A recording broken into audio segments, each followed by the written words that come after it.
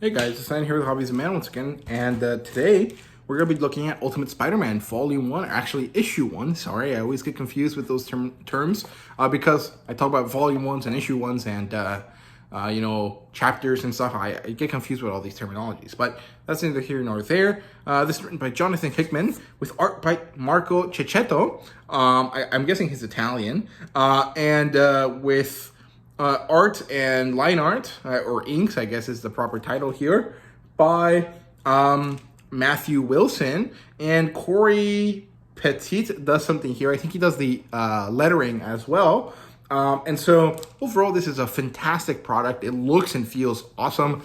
I really wish that Marvel would have splurged and used hard cardstock for the covers. I think that would have been a nice extra element, something that even Spawn does as one of the cheaper titles, right? Like one that sells a lot, obviously, but they do it for some of their for some of the series. And I really feel like the Ultimate Collection should have had a little bit more care put into it, and I really would have loved that cardstock cover. However, it's not really necessary. It's just a little extra that I think would have been really cool. And I love this cover here. I think it looks great. I love this design element that they have here, which is this, black and white strip here with the logo and the Ultimate Spider-Man logo right there. I think it's very, very nice. I really enjoy this. It's a big book. It was a bit expensive for my taste. I think it was almost $6, or it might have been $5. I can't remember. I think it was $6. And I think that's a lot. I can't remember if it's actually a lot more pages than a usual volume. I think it is, or sorry, a usual issue. I think it is, but I can't remember off the top of my head. But overall, it was a good issue. It was great. And the only thing that I might complain about going forward is the price, because it is $5 after this first issue, and I think that is a pretty expensive price for, the basically one of the main title characters for Marvel. Like, this might be something that sells like crazy, right? Why would you make it so expensive, right? So, yeah. I don't know. Those are my thoughts on that. So the issue starts with Peter getting ready to go to work. We get to see that he has kids, 2 of them, one girl, one son, and they're both like redheaded kids, I think. So they definitely take after his wife, who is of course Mary Jane. And before he goes to the Bugle for work, he talks to Mary Jane. He's like, "We need to talk. We have to have a conversation later tonight." Actually, I think she tells him that.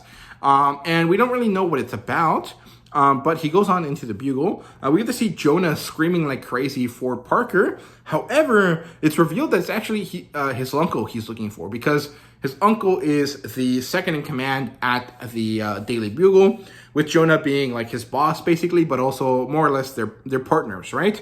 And so Uncle Ben is alive, and Aunt May actually died recently. Apparently, this is from the previous Ultimate issues that were coming out last year. I didn't read them. I didn't really care. But that shows some of the issues with the beginning of the story here, right? So you might want to go back and read that, but I don't think it's necessary. You really understand everything that's going on right from the get-go, right? So yeah, it turns out that Uncle Ben and Jonah are friends, and so Peter has 2 father figures. And today is the memorial for Tony Stark, for this Tony Stark style, or this terror attack committed by Tony Stark that is very reminiscent of, 9/11, something like that. It's, at least from the way that everything is being kind of depicted, it definitely feels like a terrorist attack, a terrorist type attack based around this like 9/11-esque kind of methodology or idea. And Aunt May happens to be a victim of this attack, and so they're doing this memorial for all of the people that were harmed in this, and so the whole family goes to it. We get to see Harry Osborn giving a speech that actually ends up kind of being pretty hateful at the end, or at least he comes off that way, although the speech was fine for the most part. And it's pretty interesting to see if he's going to be the Green Goblin or not. I'm curious to see if that's going to be the case. He might not be, honestly. I'm not really sure. And then we come back to the Bugle. Jonah actually ends up quitting And then Ben steps into the board meeting after him. He sees what's going on, and he also decides to quit. And so both of these men that are at the top echelon of the Bugle decides to leave and to start their own news company somewhere else. Because the board basically wanted them to sell out and start towing a line specifically based on the desires of Wilson Fisk ultimately, but the board in general, right? And so it's a problem. They decide that they have more honor or integrity, whatever you want to call it, than that, and so they decide to leave. Then we switch over to a different scene. We get to see that Green Goblin has attacked. We don't know who the Goblin is, but we get to see this attack really quickly. I think it actually happens near the Bugle as well, and I think Wilson Fisk was targeted, or at least that's what I remember, but it might have not been the case. Then we shift away to Ben and Jonah chatting in a bar with no name, I think, which is a reference to a place where superheroes and villains hang out, I think. And they basically talk about starting a new news organization. Peter goes in to talk to them, and he's just really confused. He's like, how can you guys just up and leave your lives? How can you just destroy them in this way and not have trouble with this idea? And I think that's just because they're that kind of people, and Peter Parker is not. And you might see older readers being like, this is what millennials feel like. And I think that's understandable. Sal from Comic Pop specifically says this a lot, and he has before. And I think I agree with him. It's not necessarily how I read it specifically, but after I listened to him mention this, I definitely did see it in that light. I definitely agree with that take, with that style. But I don't necessarily think that is how I read it initially, right? So those are kind of different ideas there. I just really felt it was more like Peter Parker is a young man, and so young men are not ready to deal with situations like this in the way that they should. Although Peter's not that much of a young man. He has children that are basically teenagers, and so maybe he should have more confidence in his abilities to move on from the world, but he can't because, millennials feel like that. And so it is what it is, right? But he decides that he's going to stay at the Bugle, but he talks to Ben specifically. He's like, I feel like there's something missing from my life, and I don't know what it is, and I'm not really sure what to do. And so Ben is like, well, wake up. If you're in this dreamlike state where you're not happy, wake up, move on, change your life, make a decision, right? And I think that's pretty inspiring, but also a bit myopic maybe, or a bit, what's the word, like, not correct, because Ben can do these things, right? Because he's an old man. He doesn't have to take care of anyone but himself.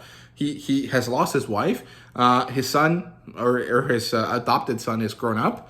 His friend is with him, so he has nothing to lose. There is no reason for him to feel like he can't do, the thing that he needs to do to change his life. However, Peter definitely has more things going on. He has to an extent, take care of his uncle, right? Make sure that he, in his older age, doesn't have any serious issues. He has to take care of his wife, even though she's, a very independent person. She still relies on him to an extent. He has 2 children to look after, and he can't just go off and do whatever he feels like without consequences, right? And so I find this to be a really interesting juxtaposition or situation that is being shown here between the two characters. And then finally we move on to another scene where it's nighttime. They've finished dinner, the children have been put to bed, and MJ and him are about to have their conversation. She asks him what it's about. She tells him, it doesn't matter as long as we are going to be okay, as long as you and I are still together, I am perfectly willing to go, with whatever it is that you need me to go with, right? And so basically it turns out that he needs to accept this reality that he's missing something, and now he knows what it is because of this orb that we get to see at the beginning of the story, which he goes onto the roof and then he opens it, and we get to see basically this flashback to the previous day or a day before, where Tony Stark shows up in a hologram. He lore dumps a bunch of stuff. Basically, he says, Peter, you are supposed to be a superhero. You have not been able to be one because of this maker's plans, I guess, to make a world without superheroes. And so I have given you the opportunity to be one. Here is the spider that bit you. Here is the situation that's going to happen. And I need you to decide what to do with it. If you decide not to, fine. But I really hope that by the time I return, in 6 months' time apparently, you are going to be a superhero. And so he decides to take that opportunity, that chance, and he allows the spider to bite him. However, I do have some questions here. Silk, or Cindy Moon, I think is her name, is notoriously tied to the same spider. And Miles Morales, I think, is also tied to the same spider in some way in a different kind of universe.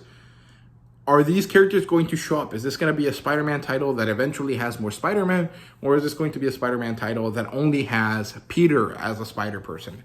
And maybe his wife and kids eventually, right? This also kind of provides a problem. Like, his first 2 children don't have spider powers. But if he has another child after he has spider powers, will that child also have spider powers? And will this cause tension between him and his family? That is an interesting kind of concept. Also, the concept of, like, how is he going to take care of his family now if he's going to be away fighting crime all the time? It's interesting. I mean, his kids are old enough that that's not really that much of a problem anymore. Like, they're like 16. Maybe the younger girl is like 12 or 13. And the older son is like 16, I think. And so they are past the point of needing their father in their lives all the time, honestly. As teenagers, maybe they don't really want their dad around all that much anyways. And so it might not be an issue. And I think Jonathan Hickman managed to pick the right ages for these children so that this issue could more or less be bypassed. But it is still a point of interest, right? And so he takes this chance and he wears the suit that is nebulous. It is just black and we don't know what it means. Is it going to solidify into something or not? I'm not really sure. I don't think I care. Honestly, I don't really mind it just being a black blank suit for the whole run, but it would be nice if he eventually does end up with a blue and red spider suit like usual, right? So yeah, overall, I really enjoyed this issue. I thought it was really good. It was kind of complex. It had a lot of stuff going for it, and I find it amazing that there was no actual Spider-Man anywhere in this volume. Honestly, there was barely any action. Honestly, the only thing that happened here that was action-y was like an explosion and the Green Goblin showing up. And the fact that none of the usual superhero things happened, and yet I was immensely, enjoying this issue. I was super immersed in it, is really telling. This means that this story was really, really good. Everything about it was well crafted, and I really appreciate that. I think that is really, really good because sometimes I feel like some of the comic books I read, I don't normally only read superhero comic books, but I do read a lot of comic books that have action in them, and a lot of them can't balance the interest of the reader well. I think that this manages to do that very well. And so I like that. I think it's good. I think Jonathan Hickman is showing off his skills here with his writing, and I really like that. Also, Marco Giacchetto's artwork just makes everything a joy to read because it just looks so great, right? So yeah, those are my thoughts on that. I hope you guys enjoyed. Let me know what you thought down below, and thank you guys very much for watching. See you guys later.